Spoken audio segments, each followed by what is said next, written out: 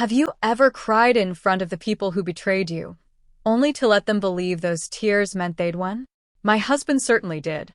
He watched me wipe my eyes during the biggest family meeting of my life and smiled with quiet satisfaction. He thought I was breaking apart. What he never realized was that I wasn't crying because I had lost everything.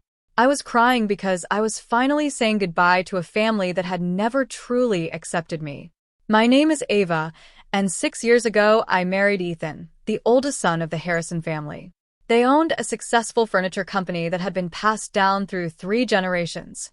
When I married into the family, Ethan's parents welcomed me with warm smiles and promises that I was one of them now. I believed every word. I had a degree in marketing, and when the company struggled with declining sales, I volunteered to help. I redesigned their website, created online advertising campaigns, and convinced retailers to carry our products nationwide. Within 2 years, profits doubled. My father-in-law praised me constantly. "You saved this business," he often said.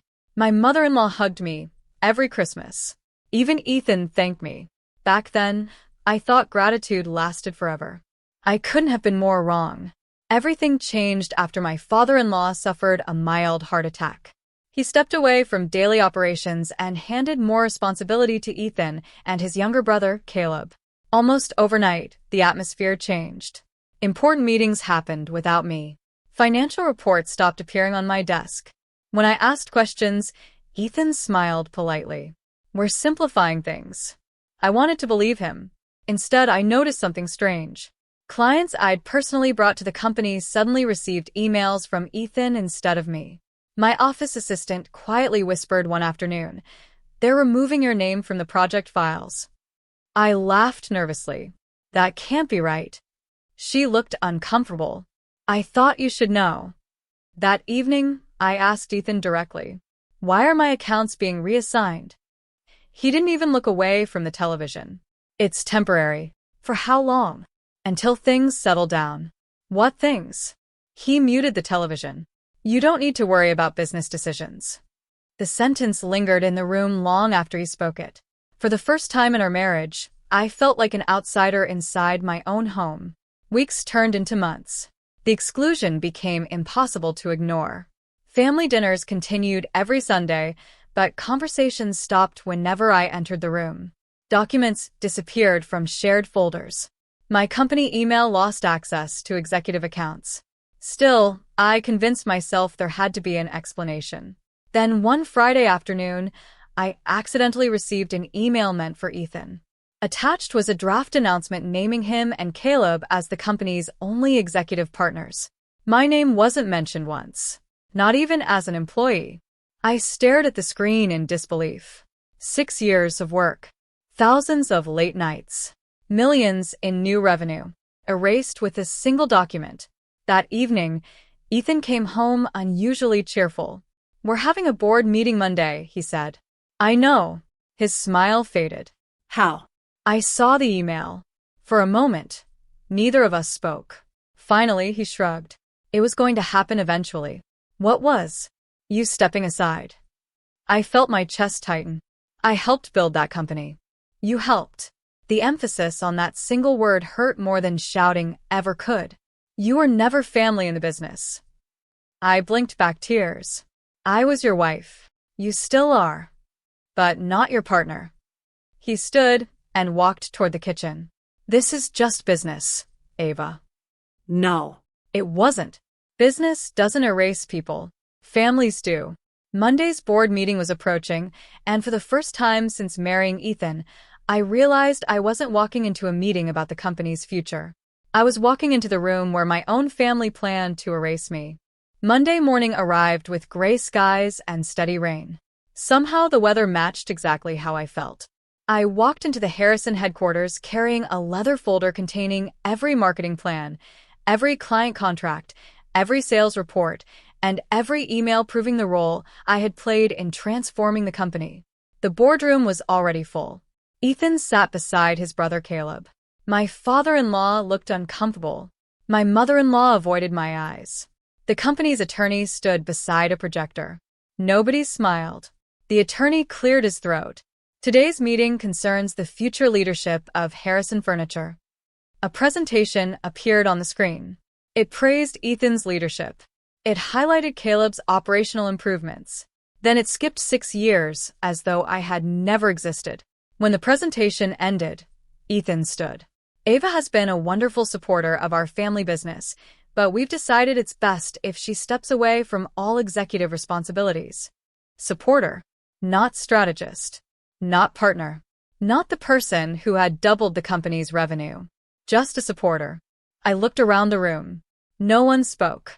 No one questioned the decision. The silence hurt more than the words. Tears filled my eyes before I could stop them. Across the table, Ethan leaned back in his chair. For just a second, I saw the smallest smile. He believed the tears meant defeat. He thought I was finally accepting that I had lost. He couldn't have been more wrong. I slowly wiped my face and stood. "You're right," I said quietly. Everyone looked surprised. "I am stepping away." Ethan relaxed. My father-in-law closed his eyes with visible relief. I reached into my folder and removed several envelopes. "I've already resigned." The room became still. I also contacted every client whose account I personally developed. Ethan frowned. "What are you talking about?" I informed them I was leaving. Caleb laughed. "So what?" I placed another document on the table. They were free to choose whether they wished to remain with Harrison Furniture. The attorney looked down at the paperwork. His expression changed immediately. "What is this?" "Letters of intent." My voice remained calm. 12 of our largest commercial clients had decided to move their future projects to my new consulting firm. The room exploded with voices. Ethan stood so quickly his chair tipped backward. "You can't do that." "I already did. Those are company clients." "No." I met his eyes. They were relationships I spent 6 years building. My father-in-law looked stunned. 12 clients. I nodded. They trusted me because I earned their trust. No one said another word. I picked up my purse. The tears were still on my face, but they weren't tears of failure. They were tears for the family I believed I had married into, the family that had quietly decided I no longer belonged. "I truly loved all of you," I said softly, "even now." Then I walked toward the door. Behind me, Ethan finally spoke. "Ava, wait." I paused but didn't turn around. "You'll regret this." I smiled sadly. I already regret staying as long as I did. I left the building without looking back. The next 2 years changed everything. My consulting company started with only those 12 clients. Within months, referrals doubled my workload. I hired designers who had once been overlooked just as I had been. Together, we built a business based on respect instead of ego. Meanwhile, Harrison Furniture struggled. Without strong client relationships, sales declined. Industry magazines praised our innovative campaigns while questioning why Harrison had fallen behind. One afternoon, I attended a national furniture conference as a keynote speaker. After my presentation ended, someone quietly approached me. It was my father-in-law. He looked older than I remembered. "I owe you an apology," he said. "You deserved better." I nodded. "Thank you. Ethan still thinks you'll come back." I smiled gently. "No. He finally understands what you meant to the company. I hope someday he understands what I meant to the family." Before leaving, my father-in-law stopped. Those tears that day, they weren't because I was weak. I know.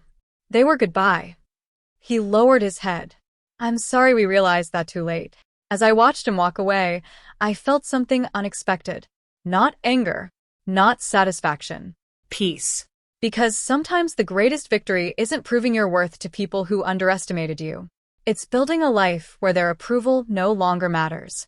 Ethan thought my tears meant he had won. He never understood they were simply the final farewell to a family that had already walked away from me long before I found the courage to walk away from them.